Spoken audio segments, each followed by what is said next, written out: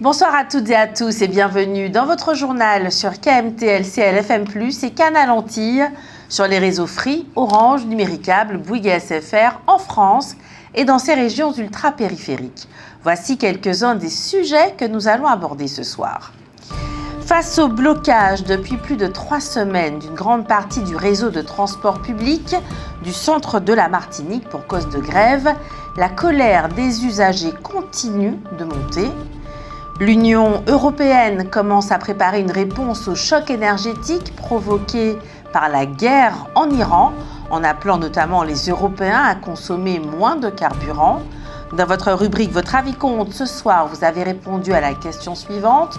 Faut-il déloger toutes les personnes qui squattent des immeubles à Fort-de-France ? En fin de journal, retrouvez le savoir et réfléchir de Roland Laouché. Il s'intitule ce soir « Autonome, en serions-nous capables ?» Consommez des céréales complètes, elles sont riches en fibres et vont vous rassasier plus longtemps tout en apportant de l'énergie à votre corps. La pensée du jour, si tu ne trouves pas la vérité à l'endroit où tu es, où espères-tu la trouver ? L'air aujourd'hui est de qualité moyenne, il en sera de même demain. L'inauguration du centre de tri Martinique Recyclage aura lieu le mercredi 15 avril prochain à la zone industrielle de Canal Cocotte à Ducos. On sait en effet que depuis le 1er janvier 2026, le tri s'est étendu à l'ensemble des emballages, qu'ils soient en plastique ou en papier, ainsi qu'à tous les papiers. Le Crédit Agricole Martinique-Guyane annonce l'élection de Carole Foulard à la présidence de sa caisse régionale. Elle est la première femme élue à la présidence d'une caisse régionale d'outre-mer du groupe Crédit Agricole. Nous vous le disions, face au blocage depuis plus de 3 semaines d'une grande partie du réseau de transport public du centre de la Martinique pour cause de grève, la colère des usagers continue de monter. Les usagers alertent sur les conséquences économiques et sociales d'une paralysie prolongée et de plus en plus nombreux sont ceux qui réclament le déblocage des dépôts par la force. Une réunion en préfecture n'a pas permis d'avancer et les collectivités se montrent pour l'heure incapables de rétablir le service. Le préfet de Martinique, Étienne Desplanques, dit ne pas être opposé à une intervention de la force publique, mais affirme par ailleurs que par respect pour les élus locaux, il ne veut pas se substituer à eux dans un domaine qui relève de leurs compétences en tant qu'élus. De son côté, Jean-Claude Duverger, président de la Régie des transports de Martinique et vice-président de Martinique Transport, affirme que Martinique Transport ne peut pas arbitrer chaque conflit entre employeurs et employés.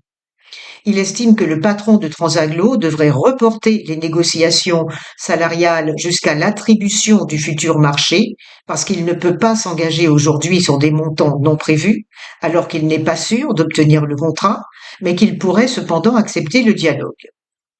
Jean-Claude Duverger ajoute que, bien que privilégiant le dialogue, Martinique Transport a fait constater par huissier que ces bus sont empêchés de sortir par d'autres transporteurs, tout en assurant n'être pas favorable à une issue brutale pour débloquer la situation. Il n'exclut pas pour autant une action judiciaire en dernier recours. La campagne de déclaration des revenus 2025 s'ouvre ce jeudi 9 avril. Les déclarations sous format papier devront être déposées le 19 mai au plus tard. La date limite de déclaration par Internet est fixée au 4 juin en Martinique. Le motard grièvement blessé lors d'un accident survenu le 7 avril dernier sur la RD7 au Diamant a succombé à ses blessures.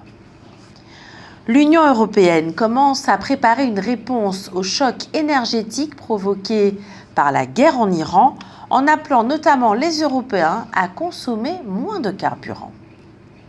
Depuis le début de la guerre en Iran, la facture d'importation d'hydrocarbures de l'Europe a déjà augmenté de 14 milliards d'euros en un mois Et Bruxelles prévient que la crise sera durable. Le commissaire européen à l'énergie, Dan Jorgensen, compare même son impact potentiel à celui du Covid et du choc énergétique de 2022 après l'invasion de l'Ukraine, voire à une combinaison des grands chocs pétroliers des années 1970 et de la perte du gaz russe. Face à cette situation, la Commission européenne prépare une boîte à outils pour protéger ménages et entreprises en évitant les réponses nationales dispersées qui perturbent les marchés. Dans une lettre adressée au ministre de l'énergie des 27, Dan Jorgensen invite à agir d'abord sur la demande de carburant, encourager le télétravail, réduire les déplacements et baisser d'au moins 10 km par heure la vitesse sur l'autoroute. L'objectif est de soulager au plus vite la pression sur le diesel et surtout sur le kérosène, déjà sous tension, tout en organisant de manière coordonnée le remplissage des stocks de gaz. Le commissaire appelle aussi à utiliser davantage les biocarburants et à reporter les opérations de maintenance non urgentes dans les raffineries afin de maximiser l'offre disponible. La plateforme Netflix a choisi le créole martiniquais pour promouvoir la sortie imminente de la série Bandit, interpellant le public avec la formule « Zot paré ?»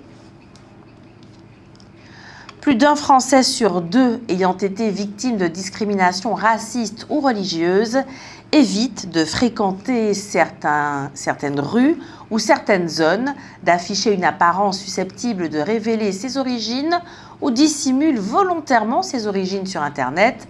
Cette stratégie d'évitement a concerné 81% des Français juifs, 61% des Arabes, 58% des musulmans, 53% des Noirs et 54% des catholiques. Après 3 ans de concertation, l'État et la CTM ont signé ce mercredi 8 avril une nouvelle feuille de route pour la transition écologique. 229 actions concrètes ont été définies à partir des 3 conférences sur l'environnement qui se sont tenues en Martinique et des avis recueillis auprès de quelques 1000 résidents.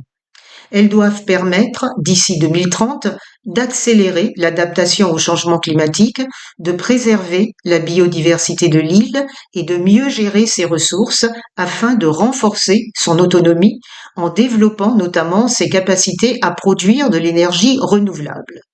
Une urgence au vu de la dégradation continue de la conjoncture internationale, mais aussi pour réduire de façon drastique la pollution générée par les énergies fossiles.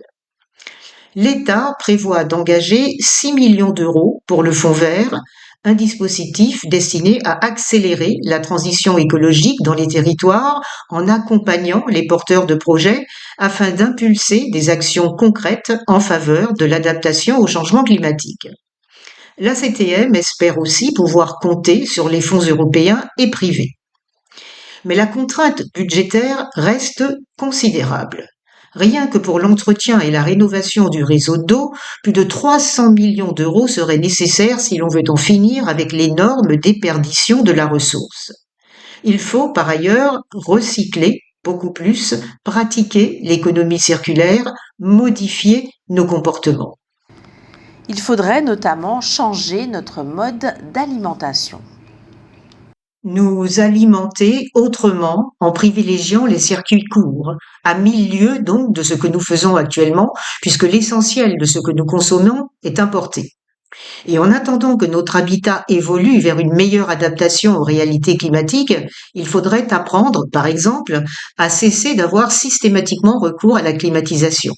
N'est-il pas surréaliste qu'en Martinique, les 2/3 des parures de lit proposées dans le commerce comportent une housse de couette, ce qui signifie que la plupart de ceux qui en ont les moyens climatisent la nuit au point d'avoir froid et d'avoir besoin de se réchauffer. Quant à notre mobilité, comment ne pas privilégier la voiture individuelle quand les moyens de transport public se sont, depuis des années, transformés en moyens de chantage sans que cela provoque de réaction de la part de ceux qui sont censés les organiser? La transition écologique, c'est l'affaire de tous, celle des institutions et celle des citoyens. Sans effort consenti par chacun, Elle n'est qu'une expression creuse, un mirage. L'association ESA Caraïbes lance un appel aux dons pour que la maison d'accueil hospitalière enfants de la Caraïbe, Dr Serge Chalon, puisse voir le jour. Ce projet vise à accueillir les enfants et adolescents de 0 à 18 ans hospitalisés à la MFME, la maison de la femme, de la mère et de l'enfant, en amont et en aval de leur séjour, ainsi que leurs familles pour de courtes ou longues durées. Le président du Rassemblement national, Jordan Bardella, s'affiche à la une de Paris Match aux côtés de la princesse Maria Carolina de Bourbon des Deux Siciles. Cette descendante de Louis XIV fréquente le club privé du président états-unien Donald Trump et sa famille est connue pour sa capacité à placer sa fortune dans des paradis fiscaux. Dans l'Hexagone, la livraison de repas est devenue une pratique courante. Au cours de ces dernières années, les plateformes numériques notamment jouent un rôle central. Les plateformes numériques jouent en effet un rôle d'intermédiaire entre restaurateurs et clients d'une part et entre restaurateurs et livreurs d'autre part. Les livreurs travaillent avec un statut d'auto-entrepreneur et ne bénéficient donc d'aucun des droits sociaux qui accompagnent le statut de salarié. C'est au travailleur indépendant d'assurer sa propre protection sociale, alors même que c'est la plateforme qui lui donne l'ordre de faire telle ou telle course et que c'est également la plateforme qui décide du niveau de sa rémunération. Ces livreurs sont à 99% des hommes et à 98% immigrés. Leur âge médian est de 30 ans. Si un quart d'entre eux n'a pas dépassé le niveau primaire, près d'1 sur 5 a suivi des études supérieures, notamment ceux qui travaillent à Paris. La plupart sont arrivés récemment en France. Ils sont principalement originaires d'Afrique de l'Ouest, d'Afrique du Nord et d'Asie du Sud, et près des 2/3 sont sans titre de séjour. La plupart vivent en colocation, sont hébergés chez des connaissances ou dans des foyers et logements collectifs, en hôtel social, voire dans un squat. Il arrive à plus d'un tiers d'entre eux de passer une journée entière sans manger par manque d'argent. Enfin, les 3/4 des livreurs travaillent sous le compte d'une tierce personne parce que n'ayant pas de papier, ils ne peuvent avoir un compte à leur nom. Or, le coût de location du compte s'élève en moyenne à 528 € mensuels, absorbant à lui seul plus d'un tiers du revenu brut, auxquels s'ajoutent les dépenses d'équipement, de carburant et les frais d'assurance. En moyenne, le revenu des livreurs s'élève donc à 5,83 € de l'heure, à comparer avec le SMIC horaire qui est de 11,88 €. Et ils travaillent en moyenne 63 heures par semaine, parcourant ainsi plus de 800 km par mois. Plus de la moitié d'entre eux ont déjà eu au moins un accident dans le cadre de leur travail. À Rivière-Pilote, la foire agricole et artisanale prévue les 11 et 12 avril prochains au cœur du bourg s'inscrit cette année dans une dynamique particulière avec la célébration de son 30e anniversaire.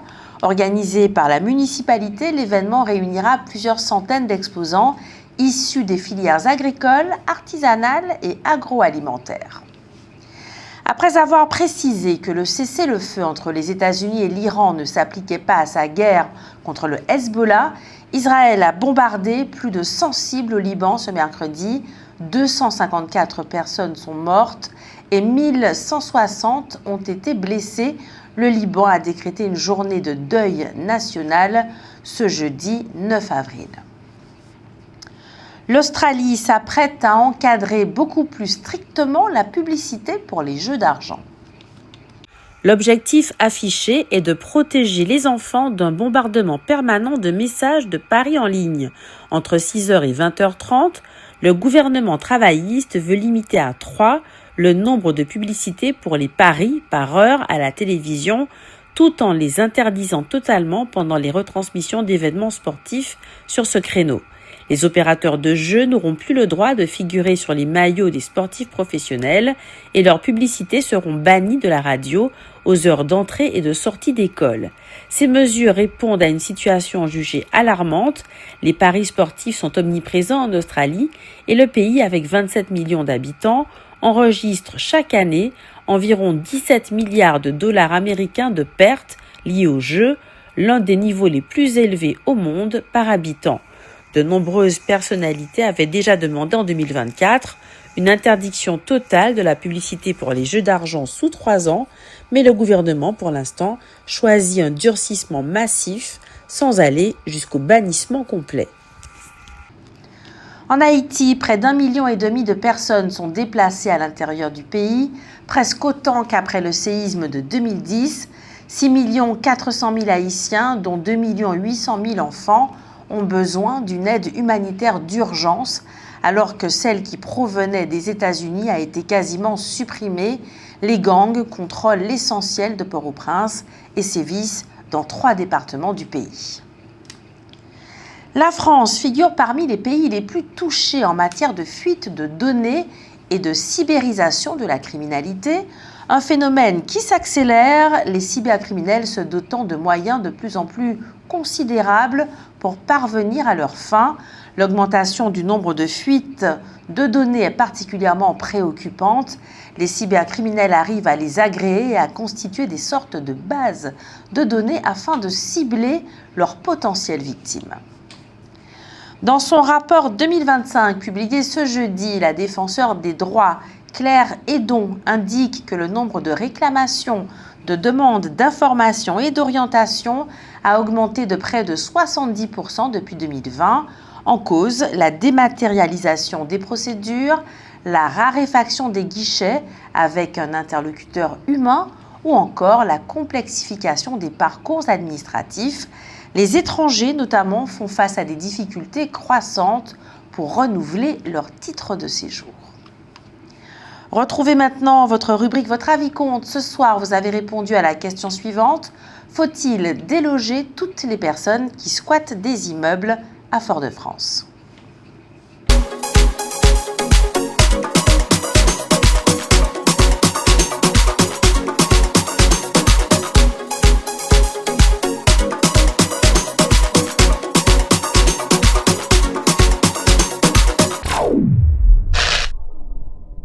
Faut-il déloger tous les gens qui squattent des immeubles à Fort-de-France ? Déloger? Oui, les délogés. Ouais.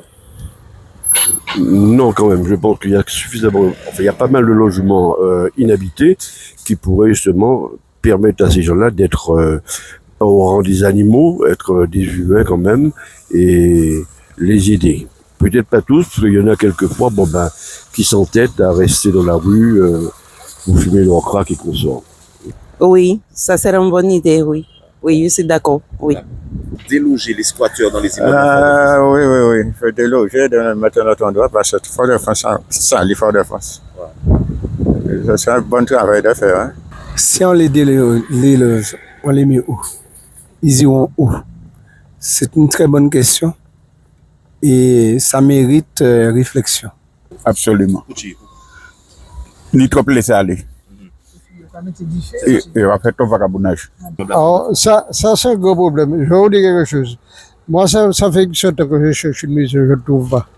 Alors, vous voyez, mais je pense que, comme tout est politique maintenant, de toute façon, hein, c'est les hommes politiques de s'occuper de ça, mais je pense qu'en fait, nous tous, nous sommes concernés.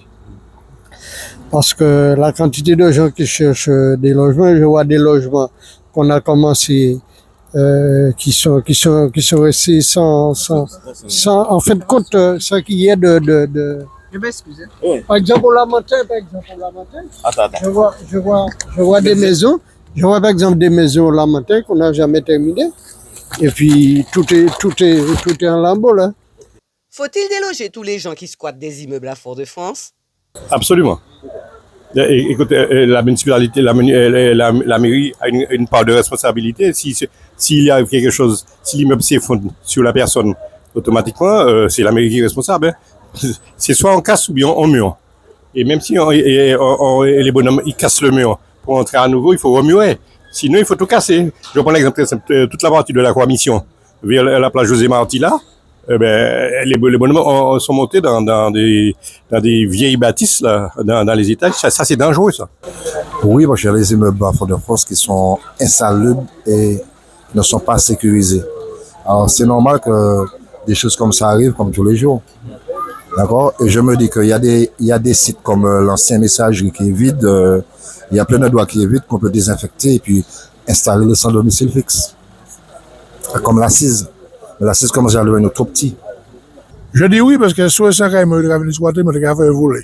Donc voilà, puis bon, c'est vrai que c'est pas toujours peut-être pas évident pour eux, mais ma réponse c'est que ouais, enfin, puis il fait ni des gens qui l'ont habilité, qui habilité pour reloger ces gens-là.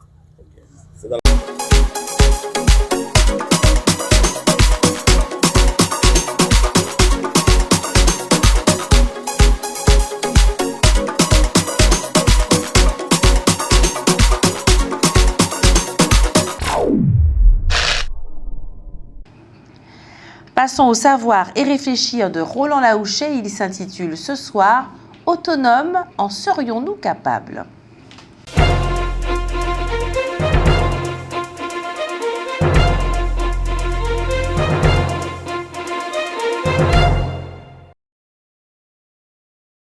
Au point que le prochain budget 2027 que prépare déjà le gouvernement Lecornu semble mission impossible. Les vraies réformes pour purger les comptes publics, absentes des 2 mandats de Macron, restent à accomplir. Mais reste que pour le gouvernement et les élus, il ne faut surtout pas inquiéter les Guadeloupéens et les Martiniquais. Fin de citation.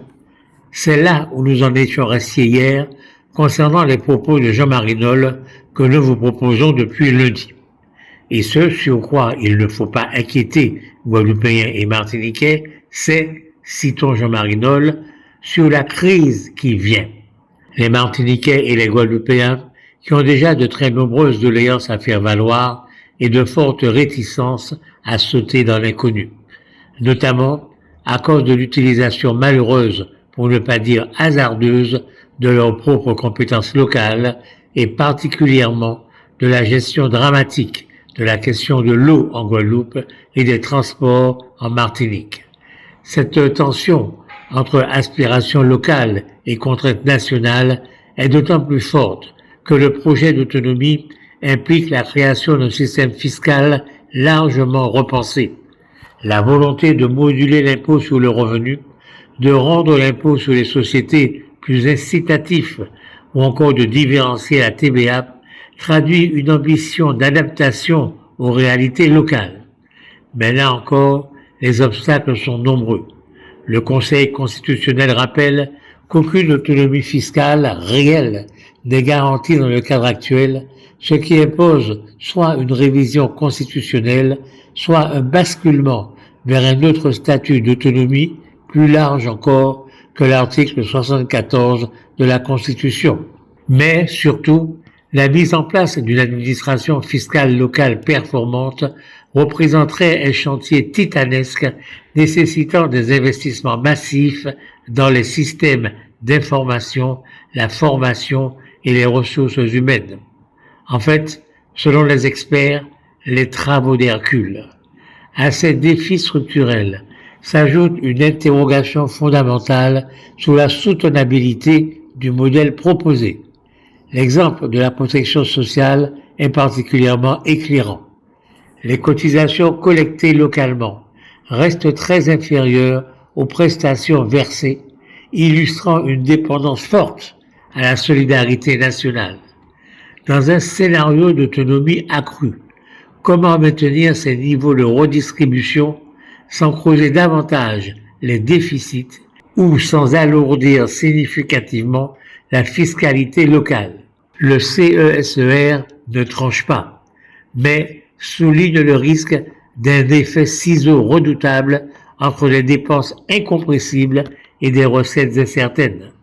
Ce questionnement prend une dimension encore plus sensible dans un contexte local marqué par une défiance persistante envers la gestion publique.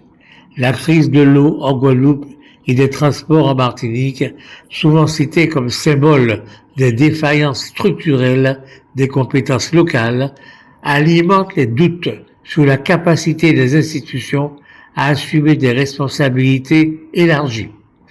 Pour une partie de la population, l'autonomie apparaît moins comme une promesse d'efficacité que comme un risque supplémentaire de désorganisation et d'inégalité. Fin de citation. On en reparlera demain, si vous le voulez bien. Dans notre sujet santé ce soir, il est question de calculs rénaux.